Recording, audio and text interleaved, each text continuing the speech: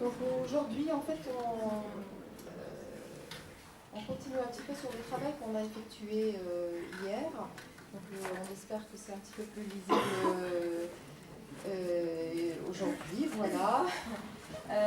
Donc aujourd'hui, on est reparti sur les fondamentaux de l'économie collaborative, et cette fois-ci en termes de catégorisation et de dimension, donc autour donc de l'économie collaborative. Ensuite, on va les décliner, on va décliner chaque dimension en deux lectures. Hein. Après, ça peut s'interpréter en levier et frein, mais nous allons voir par la suite que lors du bilan, ce qui peut apparaître comme frein au début peut être un levier, en fait. Voilà. Donc on va décliner à chaque fois deux diapos chacun.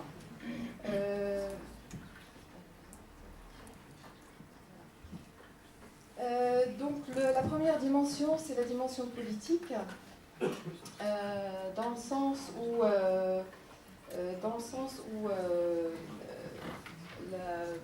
au niveau politique, donc il y a le développement durable et l'économie collaborative, elle s'inscrit complètement dans cette perspective-là, puisqu'au niveau du gouvernement, il y a le grand thème de l'environnement, il y a la nouvelle voie, je pense, de la transition énergétique. Donc au niveau de la politique des répartitions du territoire aussi, notamment les déserts médicaux, et puis le décloisonnement aussi des zones rurales et des zones urbaines. Donc la deuxième lecture que l'on fait, c'est pour ça que la flèche est l'une vers le haut et l'autre vers le bas. C'est qu'il y a un certain nombre d'entreprises et d'acteurs que l'économie collaborative interroge et dérange, et donc ils se constituent un petit peu en lobbying pour faire pression donc, sur le politique pour réguler, ou du moins pour pouvoir résorber un certain nombre de soucis, notamment on va voir par la suite au niveau de la concurrence déloyale. Et puis il y a aussi tout ce qui est fiscal, donc du fait qu'on n'a pas une lisibilité vraiment des transactions, de ce qui se passe, etc. Donc il y a quand même elle ne contribue pas à la richesse du... donc voilà, l'État n'arrive pas à collecter en fait tout ce qui est fiscal pour après redistribuer par la suite. Donc sur la dimension économique cette fois-ci, donc nous sommes conscients qu'en fait l'économie collaborative elle n'est pas née suite à la crise économique, hein, donc elle existait bien avant, mais elle a émergé plus comme une alternative, donc comme l'ont dit beaucoup de collègues, c'est pour soulager un petit peu le portefeuille, etc. Mais pas que, puisque il y a beaucoup d'acteurs, en fait, publics et privés, qui se sont regroupés, qui sont intéressés aujourd'hui par cette économie-là. Ce ne sont pas que des particuliers, il y a des coopératives, il y a des start-up, puis il y a le monde associatif, il y a de grandes entreprises aussi. Ce qui fait aussi qu'il y a une certaine émergence de nouveaux métiers qu'on ne voyait pas avant, ou qu'on voyait peu, et puis qui émergent, ce qui peut aussi interpeller sur la possibilité de créer des emplois. Alors cette lecture-là, cette première lecture-là, en fait, elle bouscule un petit peu les normes de l'économie traditionnelle. Excusez-moi, donc là, encore une fois, il y a l'évasion fiscale. Elle bouscule l'économie traditionnelle parce que il y a un flou, il y a un flou du modèle économique. Alors on peut dire que du fait qu'on n'arrive pas à ébaucher ou à esquisser ou à arrêter un modèle économique particulier et unique, il y a une certaine fragilité. Mais nous allons voir par la suite dans le bilan qu'on peut l'interpréter aussi autrement. Et dans le mode, en fait, dans le mode de consommation, cette fois-ci, on va parler en termes de perte d'emploi. Et puis un exemple, chaque fois on aborde, dans l'acte d'achat, par exemple, on va encore revenir à l'électroménager. Quand on décide de mutualiser, par exemple, un lave-linge pour une communauté, certes, on va en acheter un, donc on ne va pas en acheter plusieurs. Donc en fait, au niveau de la productivité, on va réduire la productivité, et puis il y a de la perte d'emploi derrière. Voilà, et je passe la parole à Donc maintenant, on va voir la partie socioculturelle, avec, comme on l'a dit auparavant, l'économie collaborative et une notion communautaire. Donc d'où une ouverture des individus entre eux, avec une notion de solidarité. Il faut s'engager avec des valeurs communes telles que la confiance, avoir des notions d'échange et une volonté de partage, que ce soit des connaissances, des biens ou des services. Derrière ça, il faut, donc, on a dit, une création du lien social, s'il y a un échange entre les individus, une volonté d'aller vers l'autre, avec des bénéfices qui peuvent être réciproques. Et enfin, donc, un effet de mode qui valorise cet effet d'économie collaborative. Les gens ont tendance à, sans vraiment répéter, à vouloir y participer, donc ça accrue fortement le nombre de participants. À l'opposé, donc, on peut avoir, en dehors de ce système, des personnes qui vont être individualistes, ne pas vouloir prendre part à cette économie collaborative, et donc faire une résistance au changement, soit pour des raisons de peur ou autres.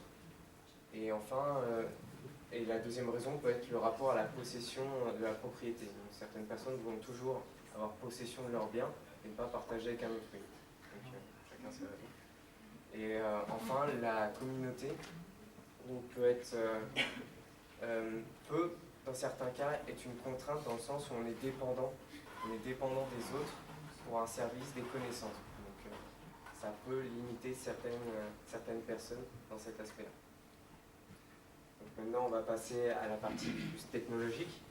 Donc, grâce à l'économie collaborative, on va supprimer certains intermédiaires, donc ce qui va faciliter la communication et les transactions entre les différents acteurs.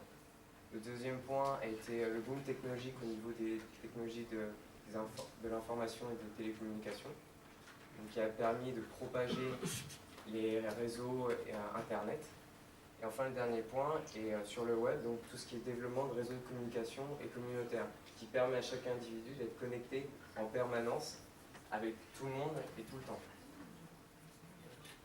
Donc, et par contre, en deuxième lecture, donc, même si pour le moment l'Internet est développé à peu près partout en France, il y a certains points d'accès où ça reste limité. Les personnes n'ont pas forcément soit la connaissance, soit la possibilité, soit la connaissance d'y accéder.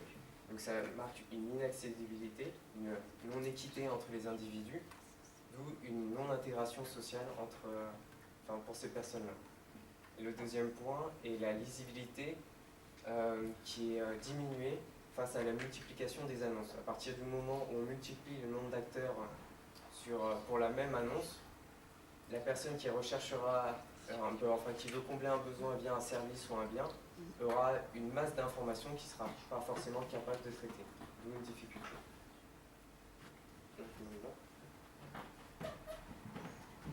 Alors, concernant le domaine juridique, nous avons relevé une liberté d'action temporaire, puisque par exemple, si je suis plombier, tu es électricien, tu as un problème au niveau de ta plomberie, je vais t'aider, je vais agir, et inversement, ce qui va permettre une rapidité, il n'y aura pas de processus, pas de contrat, pas de devis à faire, donc ce sera un point positif du fait de l'économie collaborative.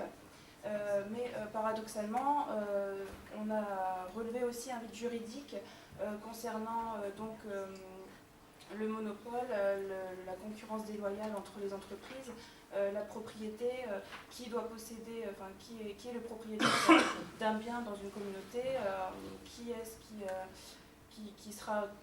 qui pourra être tenu responsable de possibles dégâts par rapport au bien. On a relevé une difficulté de régulation de ce modèle qui commence à prendre de l'ampleur. Ensuite, au niveau environnemental, on a relevé une éco-efficacité pour les entreprises, de permettre une meilleure gestion de ces ressources, de faire des économies au niveau de l'énergie.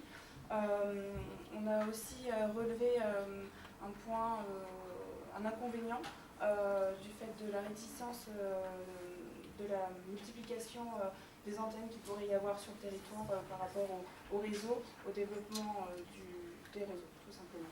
Donc ensuite, nous avons effectué un bilan. Je vais passer à ma collègue. Donc voilà le bilan. Alors, on peut l'appeler bilan comme on peut.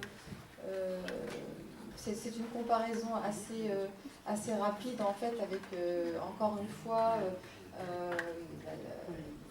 l'entrepreneuriat traditionnel. Donc en matière de création d'entreprise, c'est pour ça qu'on a dit que ce qui pouvait paraître comme étant un frein aujourd'hui est un levier. Si par exemple aujourd'hui on dit ce que c'est que l'économie collaborative et pour donner envie à quelqu'un d'entreprendre là-dedans, on va lui dire que voilà, il n'y a pas les contraintes habituelles de l'acte entrepreneurial, par exemple le prévisionnel, le coût d'investissement. Il s'agit tout simplement d'optimiser le produit que l'on a déjà, un véhicule, un logement, etc. Le retour sur investissement, il est immédiat. Et le flou juridique fait qu'on peut ne pas être responsable en cas de sinistre ou de mécontentement ou de service qui ne correspond pas à une offre particulière. Et le fait que ce soit une niche fiscale,